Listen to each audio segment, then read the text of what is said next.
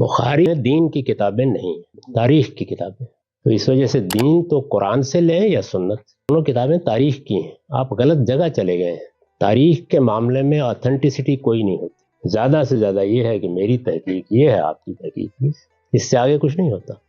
Dictionary کوئی دین کی کتاب نہیں جہاں سے قرآن کا ترجمہ کر کے آپ تک یہ بات پہنچائے کہ اصل میں اللہ کا پیغام کیا ہے. زیادہ سے زیادہ کیا ہو جائے گا، میرا مترجم یہ کہتا ہے، آپ کا مترجم وہ کہتا ہے. ہر علاقے اور ہر دور میں ایک الفاظ کو مختلف اندازوں سے سمجھا جاتا ہے اور بعض وقت شدید اختلاف ہو جاتا ہے. تو کون سے والے ترجمے کو آپ صحیح مانتے ہیں؟ اس خرابی سے بچنے کے لیے رسول کی حدیث شامل کرنا ضروری ہے. وہ متعین کر کے بتائیں گے کہ اس کا اصل معنی اور مفہوم کیا ہے. اور نبی کی سنت کا علم تو حدیث کی کتابوں سے ہی تو ملتا ہے، کیا اور کوئی دوسری جگہ ہے؟ آپ کہاں بھٹک رہے ہیں؟ اگر بخاری ہسٹری کی کتاب ہے تو قرآن میں بھی تو پچھلے انبیاء کے واقعات ذکر ہیں، جس کی تصدیق آپ کو ملے گی سورہ ہود آیت نمبر 120 میں. تو کیا ہسٹری کی کتاب کا لقب لگا کر آپ اسی طرح قرآن کا بھی رد کر دو گے؟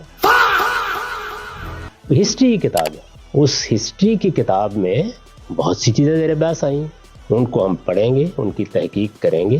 ان کے بارے میں آخری درجے میں بھی اگر کوئی آدمی یہ کہے کہ میرا پوری طرح اطمینان ہو گیا ہے فلاں بات کے اوپر، وہ اطمینان بھی خود امام بخاری کے بقول زیادہ سے زیادہ کیا ہے؟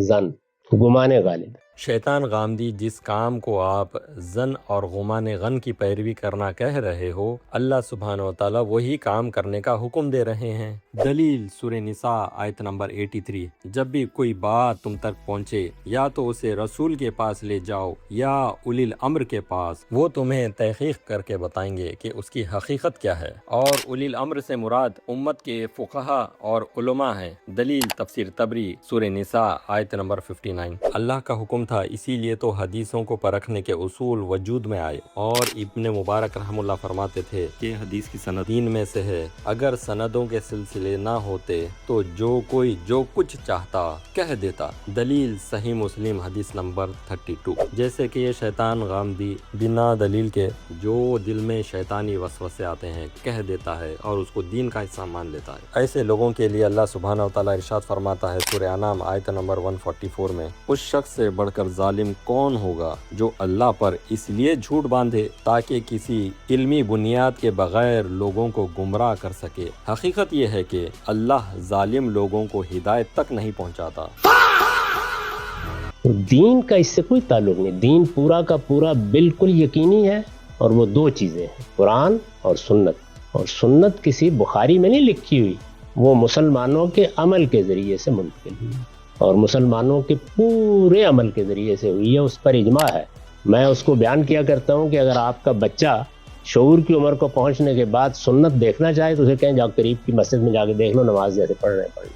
اس کے لیے کسی کتاب کی ضرورت نہیں. شیطان غامدی نے کہا سنت کا علم حاصل کرنا ہو تو لوگوں کے اعمال میں دیکھ لو کہ لوگ کیا کر رہے ہیں. اللہ سبحانہ و تعالیٰ نے ایسے عمل کو ہی گمراہی قرار دیا. اللہ سبحانہ و تعالیٰ ارشاد فرماتا ہے سورہ انعام آیت نمبر 116 میں، اگر تم زمین میں رہنے والے اکثر لوگوں کی اطاعت کرو گے تو وہ تمہیں اللہ کے راستے سے بھٹکا دیں گے. وہ صرف ظن یعنی گمان کی پیروی کرتے ہیں اور وہ صرف اندازے لگاتے ہیں. اللہ سبحانہ و تعالیٰ ارشاد فرماتا ہے سورہ یوسف آیت نمبر 106 میں، اکثر لوگ ایمان لانے کے باوجود بھی شرک کرتے ہیں. اس سے پتہ چلا شیطان غامدی لوگوں کو گمراہی کی دعوت دی ہے، نہ کہ قرآن و سنت کی. اللہ سبحانہ و تعالیٰ نے امت کی ہدایت کے لیے دو چیزیں نازل کی، ایک ہے الکتاب یعنی قرآن، دوسرا ہے الحکمت یعنی سنہ. دلیل سورہ بقرہ آیت نمبر 231. جیسے قرآن ہم تک کتابی شکل میں پہنچی، ویسے ہی سنہ حدیث کی کتابوں کے ذریعے ہم تک پہنچی.